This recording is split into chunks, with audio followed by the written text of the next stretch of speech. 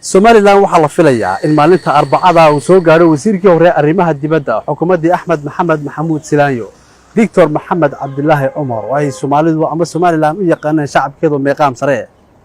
Dr. Maxamed Cabdilaahi Cumar ayaa la filayaa marka uu dalka soo gaaro inuu hogaamiyo isbedelada siyaasadeed ee ka socda gobolka Gabiley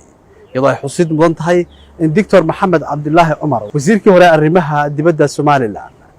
in ay saaxiibo dhow ahaayeen madaxweynaha haatan Muuse Biixi Cabdi isla markaana lagu xasuusto in uu qayb ka ahaa xubnihii ay galaafatay loolankii siyaasadeed ee u dhaxeeyay madaxweyne Muuse Biixi Cabdi iyo sidoo kale madaxweynihii hore Somaliland Axmed Maxamed Maxamuud Silaanyo xilligii ay jirtay arrimaha khilaafaadka xisbiga muxaafidka ee kulmiye Dr. Maxamed Cabdilaahi Cumar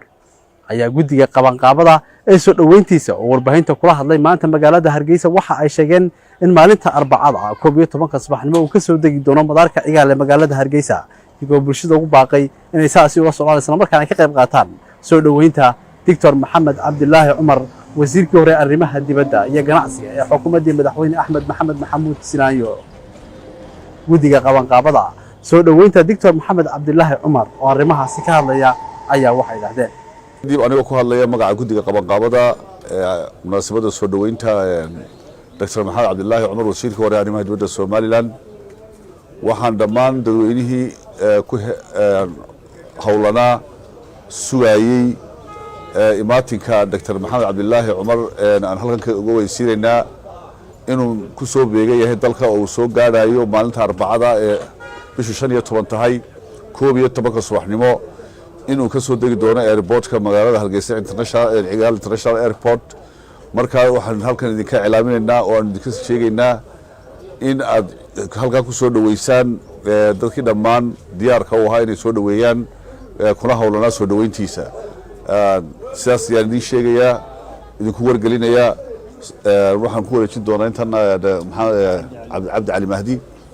ku soo dhaweey sida nimankii hore iga horeeyay sheegeen annaga oo ah guddida qabanqaabada waxaan maanta halkan u fadhinaa shaacintii iyo baahintii imaanshiyaha Dr. Maxamed Cabdilaahi Cumar ex wasiirkii hore ee arrimaha dibadda ee Jamhuuriyadda Somaliland oo ah nin dalkan wax badan gashaday shaqooyin badan oo kala noocan u soo qabtay sidaa daraadeed waxaan ogeysiinaynaa dhammaan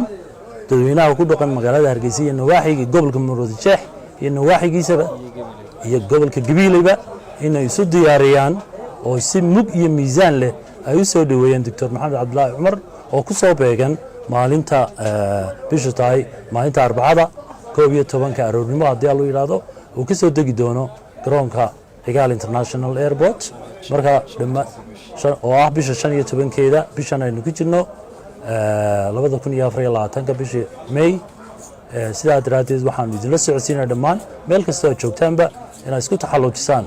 inaan muujisaan taageerada iyo soo dhaweynta Dr. Maxamed Cabdilaahi Cumar sida odayaashii hore sheegeen waxaanu halkan isugu nimid shaacinta imaatinka Dr. Maxamed Cabdilaahi Cumar iyo sidii loo soo dhaweyn lahaa in ummadda aan ogeysiino marka cid walo danaynaysa hawsha iyo soo dhaweynta maalinta Arbacada 11 subaxnimo iyo Cigaal International Airport ayaa inoo balana halkan waxaanu isugu kaaya keenay maanta dadkayaga sharafta leh ee karaamada leh soo dhaweynta wasiirkii hore ee Somaliland ee arrimaha dibadda Maxamed Cabdilaahi Cumar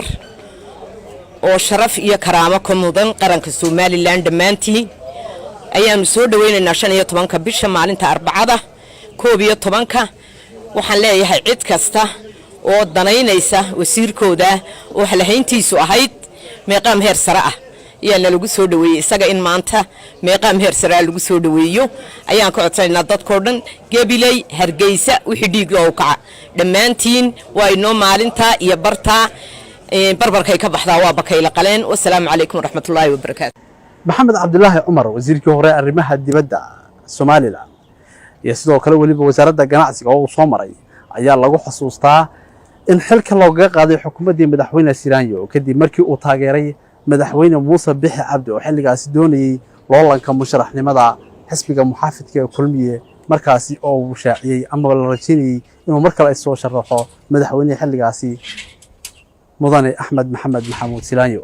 cabdiraxmaan carab daawud wararka horyaal hargeysa.